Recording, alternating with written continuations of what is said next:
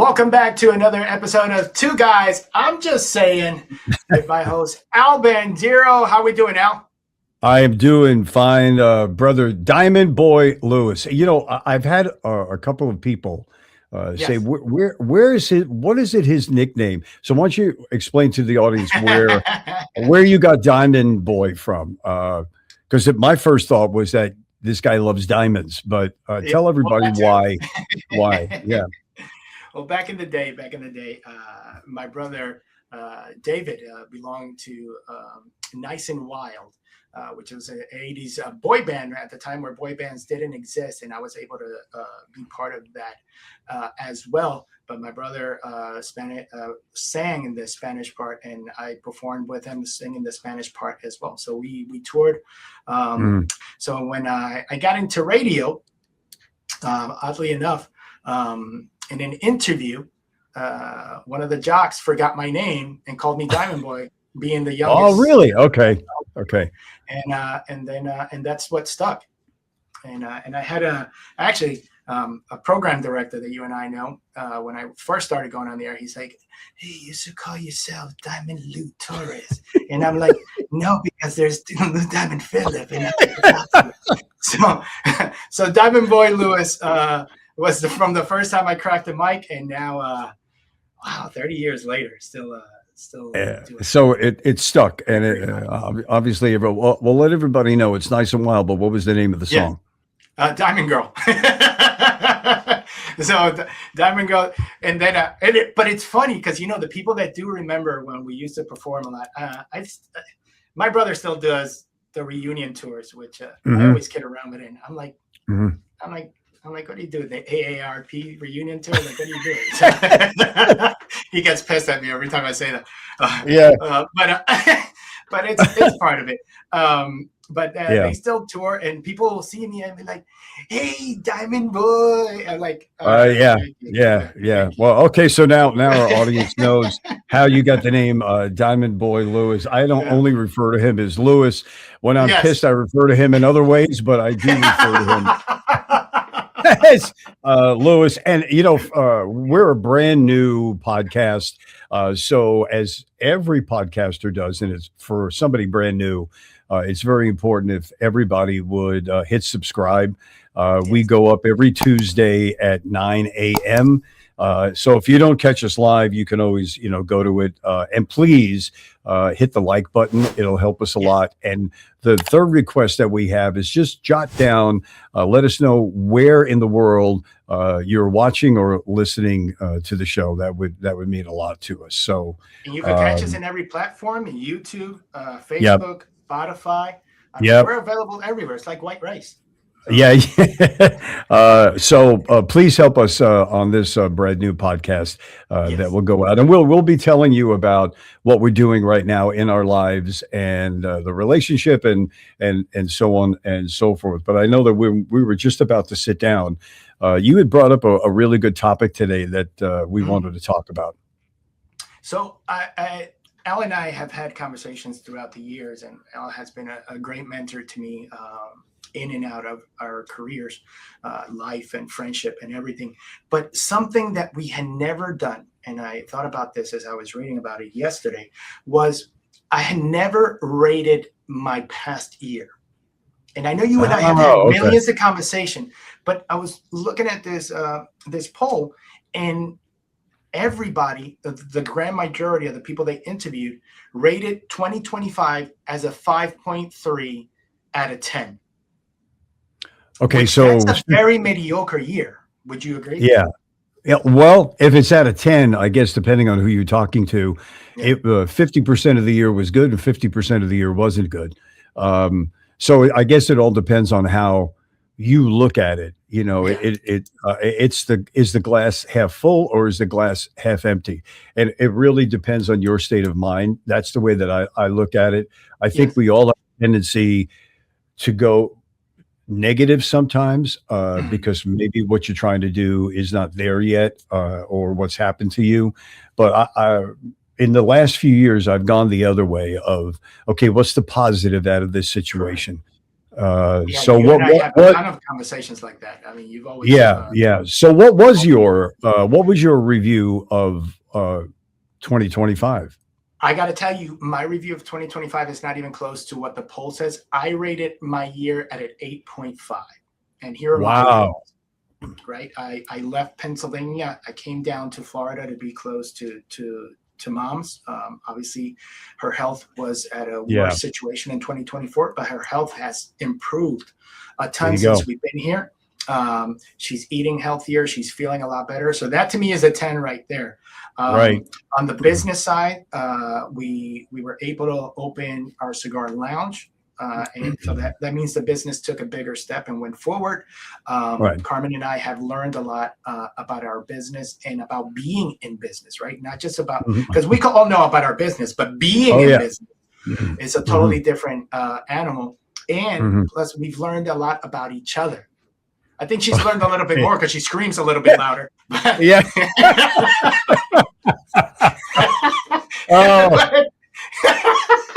Maybe, you know what? Maybe we shouldn't laugh as loud because the wives are coming on. I think the wives are going to be on the next show because you and I both work with our wives in our company. Correct. But we're going to have the wives on to discuss what it is like to be working with your spouse on the next episode. But please continue. So and being in business for yourself, right? And coming together. We were able to come together at the end of last year, and now we're working together again, launching this new project. To me, that it's just like one better step on top of the other, up top of the other. Yeah. Like I told you the other day on the new cigar that I'm working in, I give one step forward, but I appreciate that I'm not going 5 steps backwards every time. Exactly. So I wouldn't get rated a 10 because 10 is a perfect year, right? So I did 8.5 because I could. There's stuff I'm looking at that I'd be like, all right, I can do this better. I can do that better.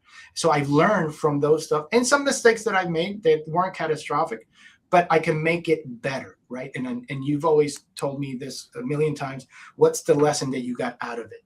And that's how I look at it. Yeah, I agree. Only because what I had said to you at one time in life is that was self-taught to me, that you sit down and figure out, why is this, whatever that is, not working?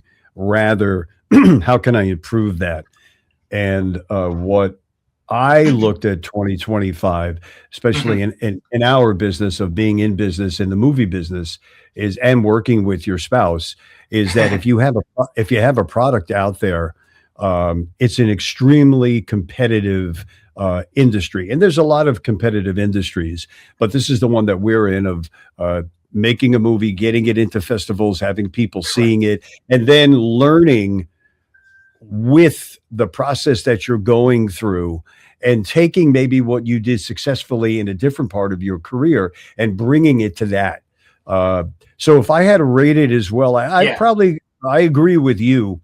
It was 8.5 because from the year before, when we didn't have what we have now, it was okay, keep going. Now we have something to show, and now it's getting a lot of attention. But and within that, So within that, and to go back, and we will have the ladies on the next show, you're also in a learning process of, okay, this is not just my spouse, she's a partner. Correct. So that in itself is a challenge of within a year of how you relate to your partner, who is your spouse, doing business together, saying, how do I say I don't like this without, upsetting the cart, especially, that as well as you two do. Marlene and I have very different personalities. So, I'll put that the easy way. And but with us, it actually works because she takes care of some things, and then I take care of other things. And you actually, which we'll save when the ladies are on, things rub off each other onto you. And I think the year that we look at it in a positive way is that the way you opened up a cigar lounge and you had to make that successful. And a lot of businesses that open, don't do very well, maybe because of the energy that's put into it. It's Correct. not, it really, you didn't think it through. But I would say that on our side of it, yeah, I would go with, I think it's fair with with an 8.5. And then what you also learn in there is things that no longer serve you that you did think at one time did serve you, but Hmm. you don't want to bring that into where you are now. And I'm sure you've Correct. experienced that. Oh, without a doubt, all the negative stuff. It's funny. What's been happening is, and you and I have talked about this millions of times. How we cut out all the negative stuff out of our way, whether it's a person, Yeah. a situation, or Hmm. whatever. But the beauty about 2025, and this is something the things that I appreciate, is that all the negative people and all the negative situations by themselves, they dissolve themselves, right? So it hasn't been extra stress on my end. So it's like, Mm. like the saying, the garbage takes out itself. Yeah. Yeah. Not that I'm calling anything or anybody garbage, but that those situations which are non-positive to our lives have taken care of themselves, and for that I am Hmm. super grateful. Hmm. Because our focus is health, business, our relationships, and it's been beautiful, and I love it. I, And I had never thought about rating the year, and it makes me appreciate all the victories that you have throughout the year, and you're like, oh, I did this. Oh wow, we got that accomplished. Oh, we got that. so, It makes you focus more on what you have accomplished and where you want to go. so when you saw this rating, you're saying that most of the people only gave it a 5.3 out of a Yeah. 0 to 10. So the majority of the United So, States had an average year, and and then, okay. I So found that so odd. I guess my immediate reaction in you telling me that is, you don't know because there's millions and millions of people. Why Mhm. is that? And then you can get into a million different things, economy, whatever it is. But at the end of the day, the way that I look at anything is, okay, you have what you have on your plate. This is Mhm. what it is. So, Okay. in my personal take on this is, you can do one of two things. You can either stay where you are and just keep that kind of negativity going, Correct. unless there is absolutely nothing you can do about it. And that sometimes is the case. Or you can get frustrated. That used to fuel me and say, I want to get out of this situation and I want to get into a better situation. How do I do that? And that's the way that you and I have talked about things a lot, because it's a lot easier to stay where you are. And Oh I yeah. think there's a lot of people that do that for a number of reasons. Maybe they absolutely can't get out of it, but I always find that there's some way you can better whatever the situation that it is that you're in. It might not be an easy road. You and I both know that. Correct. But is that better than staying where you are and that negativity comes back to you? What are the things that really no longer serve you? Listen, I love, and I've always been like this, right? Because it helps me grow. I love constructive criticism. I Mm, hate just people that are negative on everything. So people that are just negative and just come to criticize, I move them out of the way, and then I just stop mhm, talking. I'm just saying, mhm, mhm, you mhm. know, I'm I'm just like, saying, yeah. I'm like, in at the beginning, when you're new in a certain area, you're like, okay, well, man, all this, and there's people like that. I mean, there's people in high positions. When you talk to them, Yeah. Yeah. everything else around them is like, oh well, that guy, he's no good. Oh, that guy's no good. I'm the best. I'm the best. I do everything great, but Yeah. everybody else is mediocre, or they're not good. And I'm like, you know what? You're cool, but to a certain extent. So let me move you out of the way. That doesn't help Mhm, me at all. I'm mhm, just mhm, saying. mhm. Yeah, So and anything negative, anything negative. yeah, anything, okay, and that's really good with anything, and it's not that, like you said before, it's not that Mhm. you don't wanna hear anything negative, it's that you don't need to go out of your way to say, Let me No. just bring this person down." And my what doesn't serve me anymore, is, and I find this with anything that I do, something that I used to do that I really did not want to do in whatever it was. Now we live in a world that, yeah, you got to pay your taxes. If you want the lights on, there's certain Mhm. things you have to do. But I got to a point in my life years ago that I don't mean it in a negativity way, but if someone will say to me, "Hey, do you want to go here?" Yeah. and it's not a negative, I've now gotten to the point where I say, "Nah," and someone will say to me, "Why?" And I honestly don't have an answer as to why. I'm just not at that moment attracted to going there. So, and I don't come off as, "Nah, I don't want to go." It's just, "Nah, I don't want to go." Yeah. And like Marlene will say to me, uh, do you want to eat this? And we'll say, I'll say, mostly I never turn down what she makes. She's a great cook. Oh yeah. Uh, but I will say, yeah, I'm not in the mood for that. And sometimes she'll say why. And I'll say, I don't know. I don't have an answer. Exactly. I'm not in the We're mood for very that. simple. We sometimes we don't have an Yeah. answer. Like, no, Yeah. that's And not it. so I think that's my answer. What no longer serves me is if I don't have to do something and Yes. it comes up, and it does come up all the time, but when something comes up, do you want to go here? Or do you want to take a ride here? Or when I'm down there to visit you and other friends in Florida, and someone says, "Hey, you want to go on the boat today?" You never get a no from me. So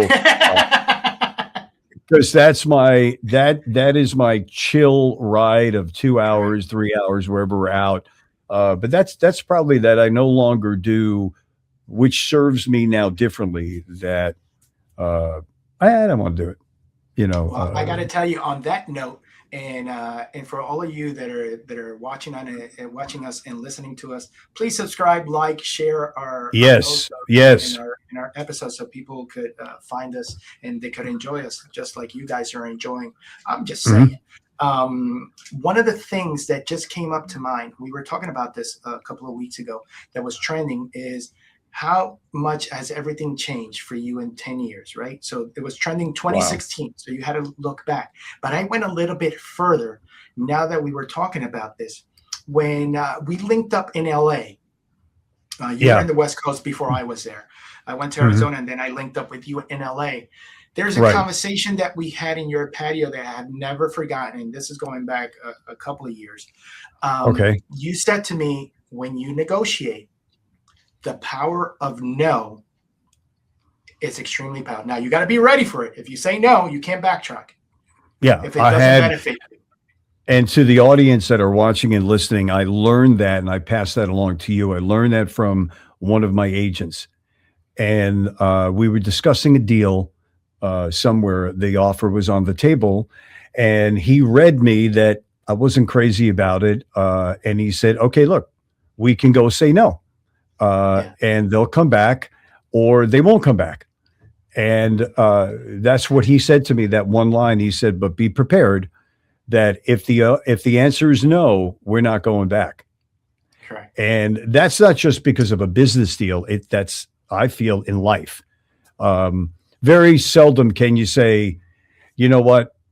I thought about this. You're right. Let's do this." But business wise, it's uh, if something means everything to you and that's not part of the deal, and you're prepared to say no. And what this agent taught me was you lose all your power to go back Correct. and say, okay, yeah, I'll do it now. And sometimes people do that, but we take that in life that uh, no is it's not just a powerful word of Mm-hmm. again we go back to that. Do you want to go here? Nah. It's Mm-hmm. and then in business, yeah, but just in life, Yeah, just in general. you don't need to be nasty about it. It's like, you No, know what? No, I don't want to do it. No. but Uh, it is such a powerful word, and it does move things. Believe it or not, the first time you use it, I was in a negotiation in LA when I linked up again with and I remember those words as this program sat across from me and gave me a ridiculous offer. and the words no came out of my mouth. And in my head, I'm going, oh my God, what are you saying? You need the gig. But it worked. Yeah. Yeah. And I think the first time that you do that, and I remember the first time that I did it after the agent taught me that, and the exact feeling that you just explained happened to me, that I sat somewhere and went, no. And there's another part of your brain that says, what in the world is wrong with you? But an exact same thing happened, that the person on the other side said, wow, this guy's willing to walk.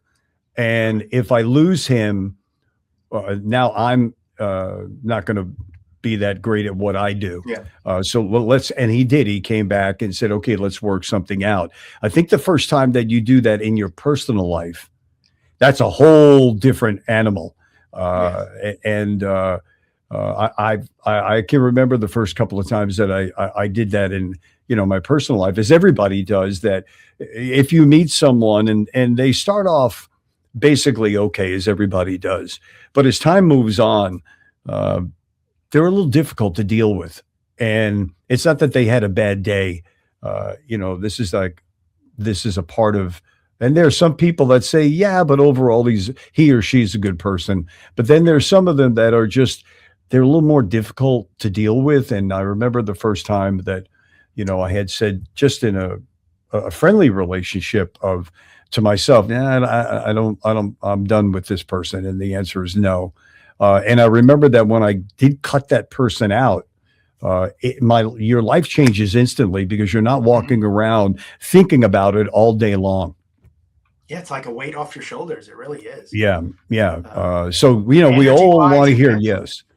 Yeah, we want to hear yes. Everybody wants to hear yes. But sometimes that no, when you say it, is actually really good. And the first time you told me, I'm not going to lie, I was like, man, I got to say, I was like, you got to really pull it off. But when you're in the situation, it's like, it's like you told me, it's like playing poker, right? You can't bluff. You just got to go for it. So I'm wondering that when you heard me say that to you and I passed, I can tell you exactly where it was. It was in your house in the valley. Luna was still around.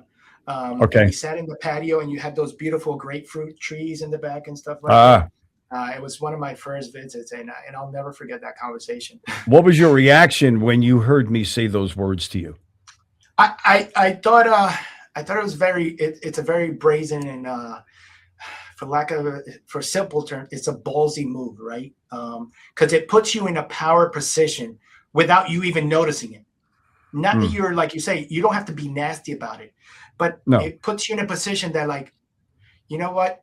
You're not going to push me over. You're the person that wants my business or wants my product, and vice versa. I want your business, and it has to be good for both of us.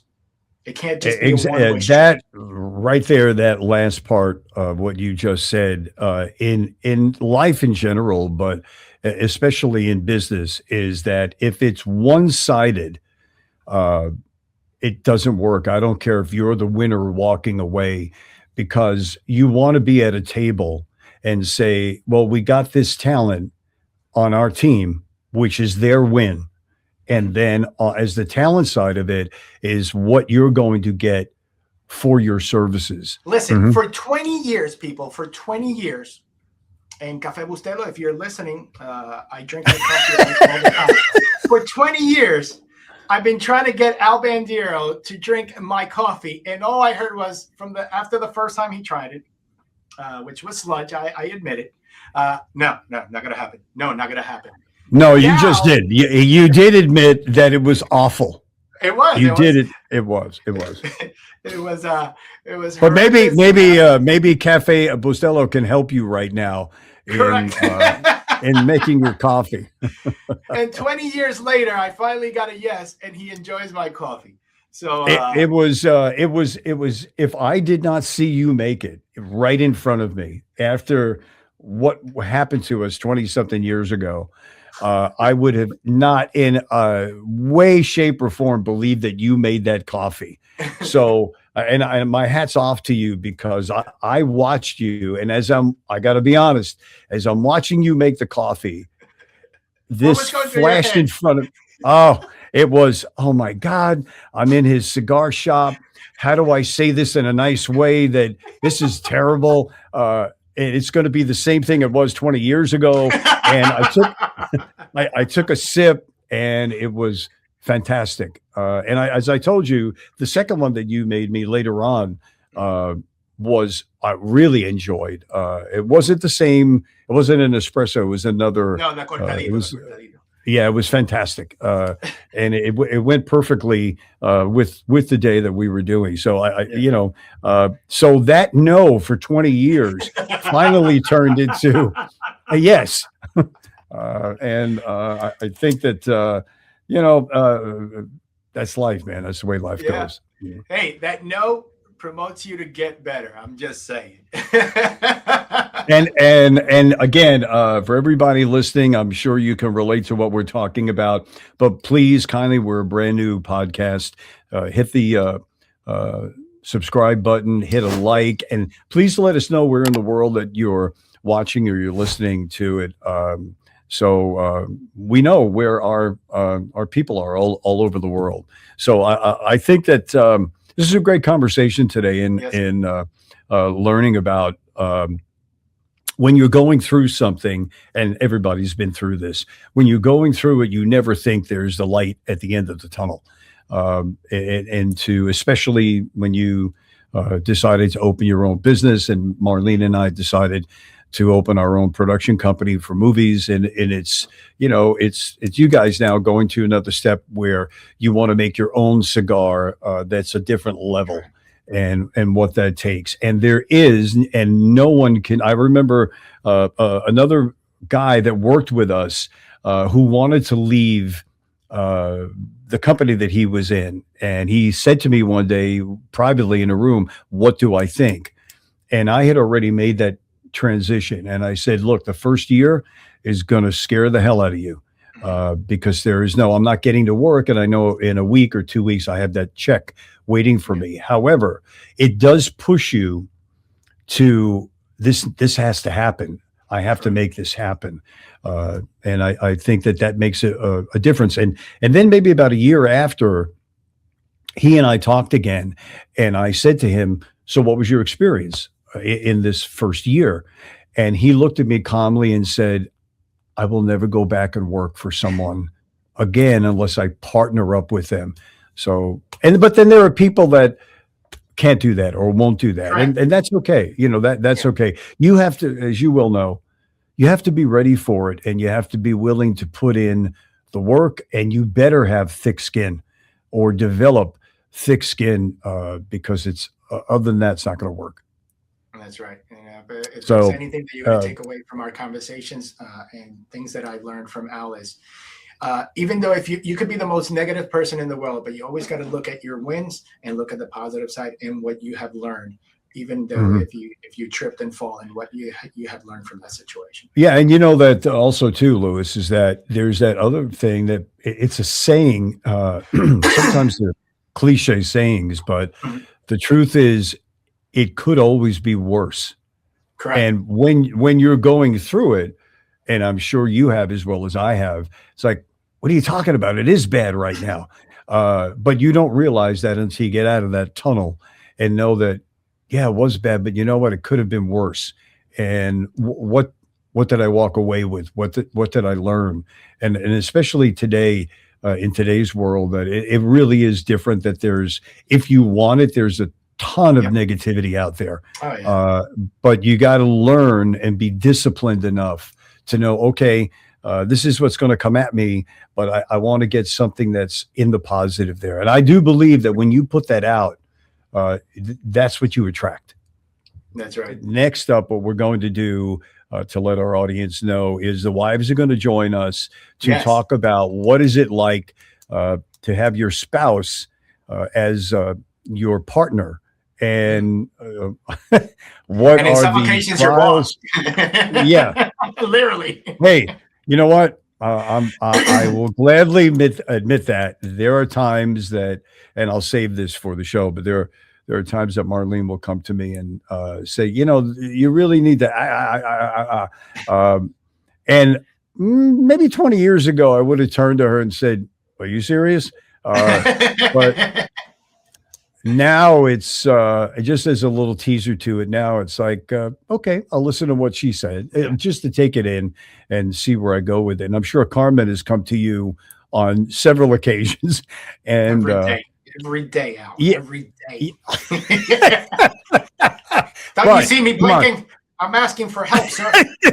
Okay, that twitch. I thought that you developed that twitch. Now I know why you had that twitch. All right, everybody. Thank you for tuning in to Two Guys. I'm Just Saying. Next week is the wives. Please join us. And once again, subscribe, hit the like. It'll help us a lot. And for those of you who are here every week, we thank you very much. And my friend Lewis, we will chat next week. Yes, sir. Have a great one.